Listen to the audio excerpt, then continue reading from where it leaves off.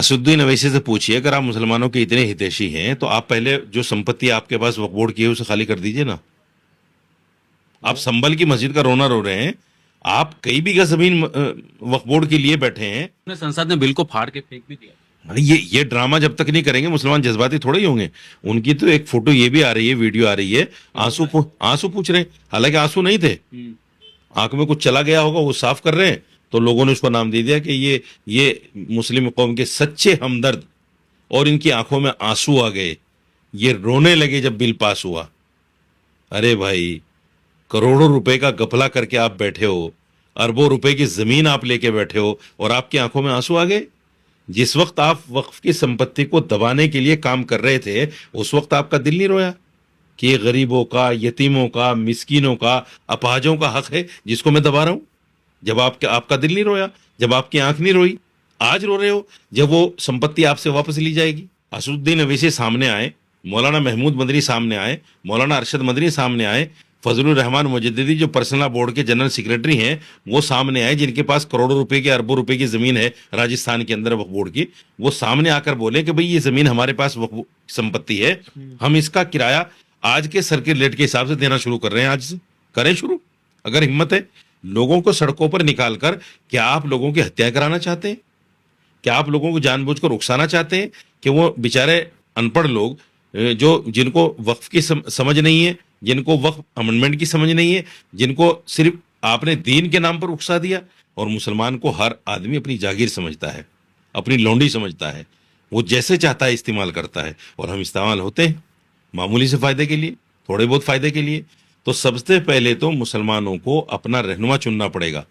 और ये जो रहनुमा बने फिर रहे हैं ना, इनकी जो कलई इस बिल ने खोली है कि करोड़ों अरबों की संपत्ति लिए बैठे हैं, ये भी मुसलमान को समझना पड़ेगा कि हम इनके पीछे चलें या हम इनसे हटकर किसी आदमी को अपना नेता माने, अपना रहनुमा माने, और उसके पीछे चलकर आगे आने वाले अपनी नस्लों को कम से कम इस बुराई से, इस गलती से बचा लें। वक्फ संशोधन बिल राज्यसभा और लोकसभा में पास होने के बाद राष्ट्रपति द्रौपदी मुर्मू की भी इस पे मुहर लग चुकी है। इसको लेकर जगह जगह विरोध प्रदर्शन देखने को मिल रहा है। वहीं बीजेपी इसको अपनी उपलब्धि बता रही है। इसी पर हमारे साथ बात करने के लिए मौलाना साजिद रशीदी साहब हैं, जो विस्तार से इनसे बात करेंगे कि आखिर वक्फ को लेकर के एक धड़ा जो है वो इसको सपोर्ट कर रहा है, दूसरा बहुत तगड़े तरीके से इसका विरोध कर रहा है। सर, स्वागत आपका यूथ मीडिया टीवी पे। बहुत शुक्रिया, बहुत शुक्रिया। कैसे देख रहे हैं सर जो नया संशोधन हुआ वक्फ के अंदर? देखिए, जितनी भी सरकारें रही हैं जी, उन्होंने अपने तरीके से वक्फ बिल में संशोधन किया है। सवाल यह है कि जिन सरकारों को हम अच्छा मानते थे, अपना हितैषी मानते थे, उन सरकारों ने जब इसमें संशोधन किया तो लोगों ने बड़ी तालियां बजाई कि साहब ये तो बहुत अच्छा हो गया। लेकिन दिक्कत की बात यह है कि 1995 का संशोधन आने के बाद संशोधन लटका रहा, और 2013 में जाके उसका इंप्लीमेंट हुआ। 2013 में, यानी ये समझिए कि 13 और 5 18 साल के बाद ये हमारी वो सरकारें हैं जो हमारी हितैषी थी। बिल आया, संशोधन आया, और 18 साल के बाद जाके इंप्लीमेंट हो रहा है। उसमें क्या हुआ, पहली सरकारें भी वक्फ की संपत्ति पर पूरी तरह से काबिज थी, लेकिन हमने कोई शोर नहीं मचाया। ना जमीयत उस पर बोली, ना मुस्लिम पर्सनल लॉ बोर्ड बोला। इनमें से एक प्रॉपर्टी किसी गरीब मुसलमान के पास नहीं थी। जिन लोगों ने किराएदारी पर ये जगह ली, गरीब मुसलमान तो ले नहीं सकता, क्योंकि इसका किराएदारी का जो प्रोसेस था उन सरकारों के टाइम में वो ये था कि एक तो जो भी प्रॉपर्टी की वैल्यू है उसका 30% वक्फ बोर्ड में जमा कराइए आप, प्लस जो बीच में दलाल होता था वो पैसा खाता था, प्लस चेयरमैन पैसा खाता था, प्लस मेंबरान पैसा खाते थे। यानी गरीब आदमी की पहुंच से बाहर थी ये। मैंने खुद एक प्रॉपर्टी के लिए आवेदन किया, वो मुझे नहीं मिल पाई, क्योंकि मेरे पास घूस देने के लिए इतना पैसा नहीं था। तो पहले भी ये संपत्ति सरकारों के पास रही।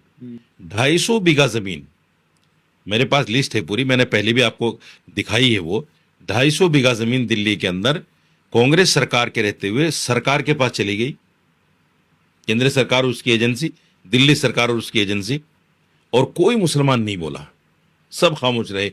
जमीयत भी खामोश रही, और आपका अल्लाह भला करे पर्सनल बोर्ड भी खामोश रहा। इसलिए खामोश रहा क्योंकि उनके पास भी अरबों रुपए की प्रॉपर्टी थी जिस पर वो नाजायज काबिज करे बैठे थे। जमीयत उलमा हिंद का जो दफ्तर है, आप देखिएगा जाके, जो मेन बत्ती है आईटीओ की लाल बत्ती, मस्जिद अब्दुल नबी, पुराने पुलिस मुख्यालय के बिल्कुल बराबर में ऐसी प्राइम लोकेशन की जमीन है वो, 2000 से 2500 गज। आज उसकी वैल्यू अरबों रुपए में है, अरबों रुपए में। फिर एक नए सदर बने जमीयत के, मौलाना अरशद मदनी साहब, उन्होंने बराबर में ही मस्जिद, एक झील प्याऊ है आईटीओ पर ही, वहां 1 बीघा से 1.5 बीघा जमीन कब्जा कर लिया और वो जमीन भी अरबों रुपए की है। कांग्रेस के जमाने में इन लोगों ने भर भर के वक्फ बोर्ड की संपत्ति को लूटा। कांग्रेस खामोश रही। कांग्रेस इसलिए खामोश रही क्योंकि सरकार के पास भी कई सौ बीघा जमीन थी। अगर ये लोग बोलते कि सरकार के पास हमारी जमीन है तो सरकार कहती कि तुम्हारे पास भी है, तुम छोड़ो। इसलिए कांग्रेस भी खामोश रही और ये भी खामोश रहे, चोर चोर दोनों मुसरे भाई। तो इसलिए उस वक्त में किसी ने आवाज नहीं उठाई। अब इस बिल में ये संशोधन आ गया है कि जो भी इलीगल ऑक्युपाइड है वक्फ की संपत्ति पे, वो संपत्ति उससे वापस ली जाएगी। अब इनके पेट में दर्द हुआ कि ये अरबों रुपए की जमीन हमसे छूटेगी, यकीनन छूटेगी जब आप उसका किराया नहीं दे रहे हैं। तो ये लोग जो है अब परेशान हैं और उसमें दीन का नाम लेकर और ये कहकर तुम्हारा दीन खतरे में आ गया, तुम्हारी मस्जिदें खतरे में आ गई, तुम्हारी खानकाहें खतरे में आ गई, तुम्हारे कब्रिस्तान खतरे में आ गए, इसलिए सड़कों पे निकलो। लोगों को सड़कों पे निकाल रहे हैं। सड़कों पे निकालने का मतलब इनका सिर्फ अपनी संपत्ति को बचाना है, दीन को बचाना या मुसलमान को बचाना नहीं। भ्रष्टाचार अंदर ही अंदर कहीं ना कहीं हो रहा था। ये बहुत सारा भ्रष्टाचार नहीं, पूरा बिल्कुल काला काला अध्याय कहिए उसको आप। वक्फ बोर्ड की तारीख में कांग्रेस के जमाने में जो, अगर कोई सही इतिहासकार हो तो वक्फ के लिए जो लिखेगा वो ये लिखेगा कि मुसलमानों के 250 इमाम थे दिल्ली के अंदर, आज भी हैं वक्फ बोर्ड के।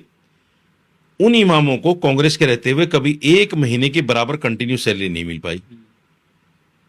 और उस वक्त में उनके जमाने में तो सैलरी कितनी होती थी, 300 रुपए, 500 रुपए, 900 रुपए, 1200 रुपए, फिर बढ़ के वो 10,000 तक भी हुई। कभी भी सैलरी जो है सही टाइम पे नहीं मिली।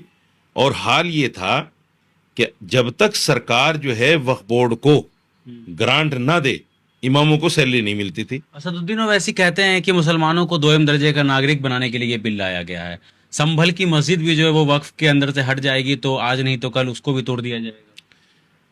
असदुद्दीन अवैसी से पूछिए, अगर आप मुसलमानों के इतने हितैषी हैं तो आप पहले जो संपत्ति आपके पास वक्फ बोर्ड की है उसे खाली कर दीजिए ना। आप संभल की मस्जिद का रोना रो रहे हैं, आप कई बीघा जमीन वक्फ बोर्ड के लिए बैठे हैं, आप कहते हैं जी मैं मुसलमानों का रिफाई काम कर रहा हूं। आपके पास तो करोड़ रुपया है, आपके पास पैसे की कमी थोड़ा ही है। आप वक्फ की संपत्ति को वक्फ बोर्ड को दे दीजिए और दूसरी जगह खरीद कर जो है ये जगह चला लीजिए अपनी, या फिर कम से कम उसका किराया तो दीजिए। आप तो किराया भी नहीं दे रहे हैं उसका और उस संपत्ति को छोड़ भी नहीं रहे हैं। आप संभल की बात क्यों कर रहे हैं? पहले अपनी बात कीजिए ना, पहले आप अपने घर से शुरुआत कीजिए। अच्छे काम की शुरुआत पहले अपने घर से करनी चाहिए। असदुद्दीन अवैसी सामने आए, मौलाना महमूद मदनी सामने आए, मौलाना अरशद मदनी सामने आए, फजलुर रहमान मुजद्दिदी जो पर्सनल बोर्ड के जनरल सेक्रेटरी हैं वो सामने आए, जिनके पास करोड़ों रुपए की, अरबों रुपए की जमीन है राजस्थान के अंदर वक्फ बोर्ड की। वो सामने आकर बोले कि भाई ये जमीन हमारे पास वक्फ संपत्ति है, हम इसका किराया आज के सर्किट रेट के हिसाब से देना शुरू कर रहे हैं। आज से करें शुरू, अगर हिम्मत है। लोगों को सड़कों पर निकालकर क्या आप लोगों की हत्या कराना चाहते हैं? क्या आप लोगों को जानबूझकर उकसाना चाहते हैं कि वो बेचारे अनपढ़ लोग जो, जिनको वक्फ की समझ नहीं है, जिनको वक्फ अमेंडमेंट की समझ नहीं है, जिनको सिर्फ आपने दीन के नाम पर उकसा दिया, जब वो सड़कों पर आएंगे तो यकीनी तौर पर उनसे कुछ गलतियां होंगी। उन गलतियों का खमियाजा उनको या तो मौत के उसमें मिलेगा या जेल के उसमें मिलेगा, या तो वो जेल जाएंगे या मरेंगे। तो आपने तो अपनी संपत्ति बचाने के लिए उनको बाहर निकाल दिया दीन का नाम लेकर। तो अगर आप सच्चे हैं, ईमानदार हैं, मुखलिस हैं मुस्लिम कौम के लिए, सबसे पहले अपनी संपत्ति वापस कीजिए वक्फ बोर्ड को और फिर कहिए कि देखो जी हमने कर दिया, अब सरकार भी वापस करे। ओवैसी का ये भी कहना है कि ये आर्टिकल 14, 25, 26 और 29 का जो है ये उल्लंघन किया जा रहा है मोदी सरकार की तरफ। सबका उल्लंघन है, पूरे संविधान का उल्लंघन है। हमारा तो ओवैसी से सिर्फ एक सवाल है, आपके पास जो संपत्ति है आप वापस क्यों नहीं करना चाहते उनको? तो उन्होंने संसद में बिल को फाड़ के फेंक भी दिया। हाँ, ये ड्रामा जब तक नहीं करेंगे मुसलमान जज्बाती थोड़े ही होंगे। उनकी तो एक फोटो ये भी आ रही है, वीडियो आ रही है, आंसू पूछ रहे हैं, हालांकि आंसू नहीं थे, आंख में कुछ चला गया होगा, वो साफ कर रहे हैं, तो लोगों ने उसको नाम दे दिया कि ये मुस्लिम कौम के सच्चे हमदर्द, और इनकी आंखों में आंसू आ गए, ये रोने लगे जब बिल पास हुआ। अरे भाई, करोड़ों रुपए का गफला करके आप बैठे हो, अरबों रुपए की जमीन आप लेके बैठे हो, और आपकी आंखों में आंसू आ गए। जिस वक्त आप वक्फ की संपत्ति को दबाने के लिए काम कर रहे थे, उस वक्त आपका दिल नहीं रोया कि ये गरीबों का, यतीमों का, मिस्कीनों का, अपाहजों का हक है जिसको मैं दबा रहा हूं? जब आपका दिल नहीं रोया, जब आपकी आंख नहीं रोई, आज रो रहे हो जब वो संपत्ति आपसे वापस ली जाएगी। आप मुसलमानों की हमदर्दी में नहीं रो रहे हो, आप उस डर से रो रहे हो कि मैंने नाजायज वक्फ की संपत्ति को दबाकर इतना बड़ा एम्पायर खड़ा किया और वो सारा एम्पायर ढह जाएगा, खत्म हो जाएगा, इसलिए आपने रोना शुरू कर दिया। कपिल सिब्बल कहते हैं कि 9 लाख एकड़ अगर वक्फ के पास है तो हिंदू बोर्ड के पास भी 10 लाख एकड़ की जमीन पड़ी हुई है, उसके ऊपर आप क्यों नहीं कानून लेकर के आते हैं? सिर्फ मुसलमानों के ही ऊपर आप क्यों इस तरीके की कानून लेकर के आते हैं? कपिल सिब्बल तो वकील हैं, पढ़े लिखे आदमी हैं, उनको इतना पता होना चाहिए कि जितने बड़े बड़े मंदिर हैं उन सब का रख रखाव सरकार के पास है, उन सब की संपत्ति, उनकी आय सब सरकार को जाती है, और उसका जो है, उससे जो है देश के बहुत काम होते हैं। उसके अंदर कोई मुसलमान नहीं है ना, उस बोर्ड के अंदर, चाहे तिरुपति हो या फिर कोई भी बड़ा मंदिर जो उनका बोर्ड है, उसके अंदर कोई भी मुसलमान को मेंबर नहीं बनाया गया है। लेकिन यहाँ पर आप गैर मुस्लिम को ला रहे हैं वक्फ बोर्ड के अंदर। कपिल सिब्बल कांग्रेस में थे, जी। जब 65 साल इन्होंने राज किया तो ये कांग्रेस में थे।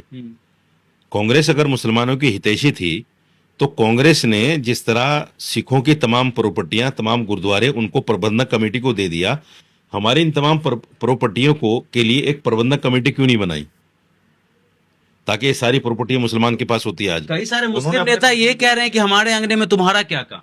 नहीं, जी। मैं ये मुसलमान नहीं कह रहे हैं, ये उनसे कहलवाया जा रहा है, विपक्षी पार्टियों के उससे, और जो लोग जो हमारे हितैषी बन के मुस्लिम उलमा सामने आ रहे हैं, उनके जरिए से इस बात को कहलवाया जा रहा है कि आप कहो इस बात को कि हम हिंदू क्यों रखें। आप मुझे ये बताइए, सरकार क्या मुसलमान थी कांग्रेस? उसमें भी सारे हिंदू थे, और वक्फ बोर्ड के जितना भी स्टाफ है रेवेन्यू में, एसडीएम से लेकर रेवेन्यू अफसरान तक और चीफ सेक्रेटरी तक, वो क्या हिंदू हैं? वो क्या मुसलमान हैं? वो भी सारे के सारे हिंदू हैं। रेवेन्यू से जहां से फंड पास होता है वक्फ बोर्ड के लिए, वहां क्या मुसलमान बैठे हैं? सारे हिंदू हैं। जब सरकार के पास हमारी संपत्ति पहले भी थी और आज भी सरकार उसको अपने पास रखना चाह रही है, तो आप उस वक्त तो रोए नहीं जब कांग्रेस की सरकार थी, चूंकि वो आपको भी खाने दे रही थी, खुद भी खा रही थी। जब आपके खाने का नंबर खत्म हो गया और आपने जो खाया है उसको निकालने का नंबर आया, तो आज आपको पता चला कि ये सरकार के पास है, सरकार नाजायज कब्जा कर रही है। तो ये सारा जो दिखावे का आडंबर रचा जा रहा है, मैं समझता हूं मुसलमानों को ये चीज समझनी चाहिए। फिर ये सवाल होता है ना कि आम मुसलमानों की जिंदगी में इससे क्या फर्क पड़ेगा? पहले के कानून से क्या फर्क पड़ा, आने वाले कानून से क्या फर्क पड़ जाएगा? उनकी जिंदगी तो वैसी मुसलमान की जिंदगी में न पहले कानून से कोई फर्क था, न इस कानून से कोई फर्क है, क्योंकि न तो कांग्रेस ने मुसलमानों को कुछ दिया। अगर कांग्रेस मुसलमानों को कुछ देती तो सच्चर कमेटी में ये नहीं कहा जाता कि दलित से बदतर जिंदगी जी रहा है मुसलमान। कांग्रेस ने हमें हमेशा एजुकेशन से दूर रखा, सही रास्तों से दूर रखा, सही कामों से दूर रखा, नौकरियों से दूर रखा, हमें रोजगार से दूर रखा, हमें गलत तरीके पर डाला कांग्रेस ने। आप देखिए, जब तक कांग्रेस और समाजवादी की सरकारें रहीं, मुसलमान बच्चे क्या करते थे? गाड़ियों में जेब काटते थे, या रास्ता लूटते थे, या फिर उससे थोड़ा सा तरक्की करके वो रॉबरी करने लगे, बैंक लूटने लगे, लोगों के घरों में जाकर लूटने लगे, यानी गलत काम में। और हद ये हुई कि नशा और इसमें कितना आ गया मुसलमान बच्चों में, कांग्रेस के रहते हुए, समाजवादी के रहते हुए, क्योंकि इन्होंने मुसलमानों को छूट दी कि करो तुम, हम तुम्हारे साथ हैं।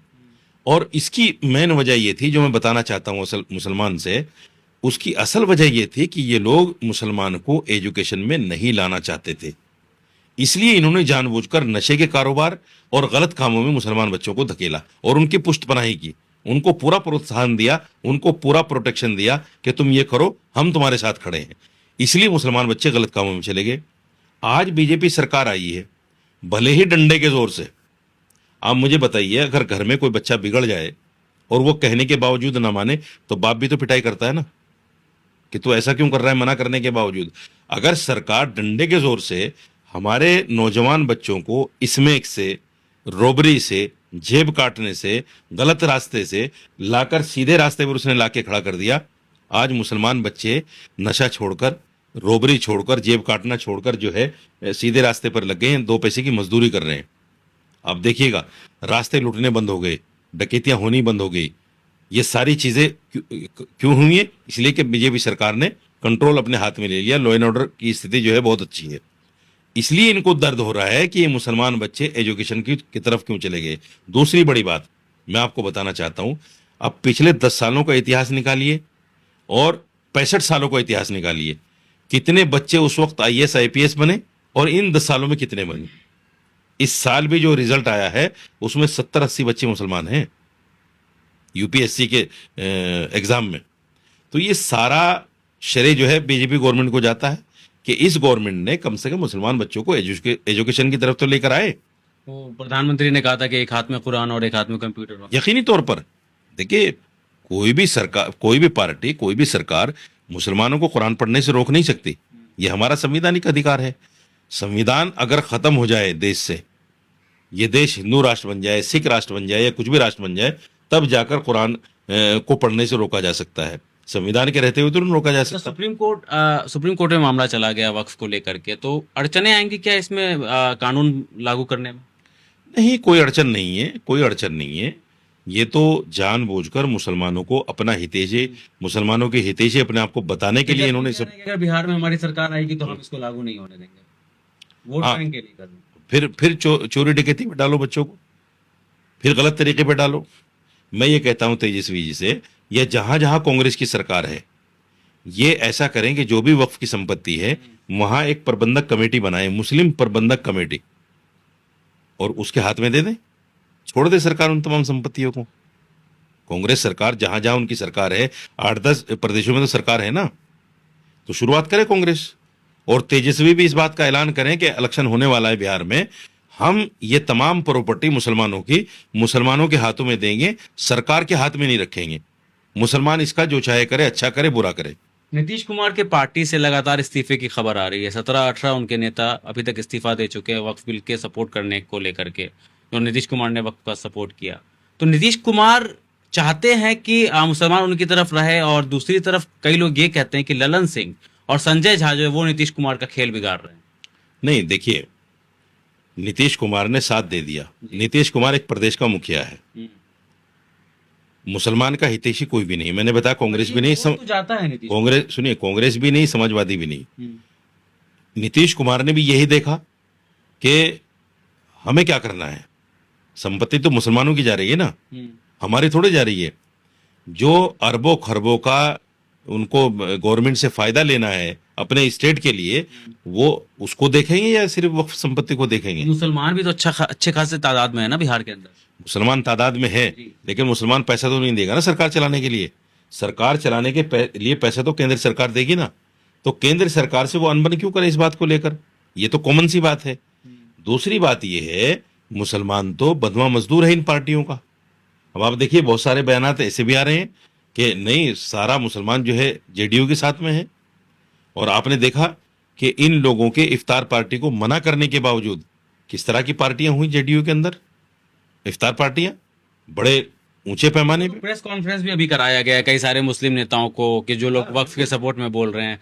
लेकिन बिहार के अंदर की अगर बात करें तो मुसलमान नीतीश से नाराज तो हुआ है इस बार। देखिए, मुस्लिम कम्युनिटी के अंदर जब तक कोई इसका एक रखवाला, एक इसका रहनुमा नहीं होगा, जब तक मुस्लिम कौम के लिए ये नहीं कहा जा सकता कि अब मुसलमान इसको वोट नहीं देंगे या अब मुसलमान इसको वोट देंगे। मुसलमान का एक रखवाला नहीं है, मुसलमान के सैकड़ों रखवाले हैं। और मुसलमान को हर आदमी अपनी जागीर समझता है, अपनी लौंडी समझता है, वो जैसे चाहता है इस्तेमाल करता है। और हम इस्तेमाल होते हैं मामूली से फायदे के लिए, थोड़े बहुत फायदे के लिए। तो सबसे पहले तो मुसलमानों को अपना रहनुमा चुनना पड़ेगा। और ये जो रहनुमा बने फिर रहे हैं ना, इनकी जो कलई इस बिल ने खोली है कि करोड़ों अरबों की संपत्ति लिए बैठे हैं, ये भी मुसलमान को समझना पड़ेगा कि हम इनके पीछे चलें या हम इनसे हटकर किसी आदमी को अपना नेता माने, अपना रहनुमा माने और उसके पीछे चलकर आगे आने वाले अपनी नस्लों को कम से कम इस बुराई से, इस गलती से बचा लें। सदन में हमने देखा कि कांग्रेस के कई सारे नेताओं ने आलोचना की वक्फ बिल को लेकर के, कि राहुल गांधी खामोश रहे। किस मुंह से बोलेंगे? मैं वही कह रहा हूं कि किस मुंह से बोलेंगे? 65 साल उनकी हुकूमत थी। आज उनको दो बातों पर सबसे ज्यादा अफसोस होगा। एक इस बात पर कि बाबरी मस्जिद को टूटने तक के जिम्मेदार राहुल गांधी और उसकी पार्टी है। टूटने तक 1949 में मूर्तियां रखी गई तो भी कांग्रेस सरकार थी। 86 में शिलान्यास हुआ तो भी कांग्रेस सरकार थी। कार सेवा निकली तो भी कांग्रेस सरकार थी। 92 में बाबरी मस्जिद को तोड़ा गया तो भी कांग्रेस सरकार थी। और उस जमीन को 67 एकड़ जमीन को, जो 67 एकड़ जमीन पे आज मंदिर बना है मस्जिद टूटने के बाद, वो 67 एकड़ जमीन भी नरसिम्हा राव सरकार ने यानी कांग्रेस सरकार ने ही एक्वायर की थी, हमारी जमीन। तो सब जिम्मेदारी तो उसके ऊपर है। आज इस बात का अफसोस हुआ होगा उस आदमी को, या होता होगा बार बार रहकर, कि सारा काम तो हमने किया और श्री राम मंदिर का बीजेपी ले गई। एक इसका अफसोस होगा।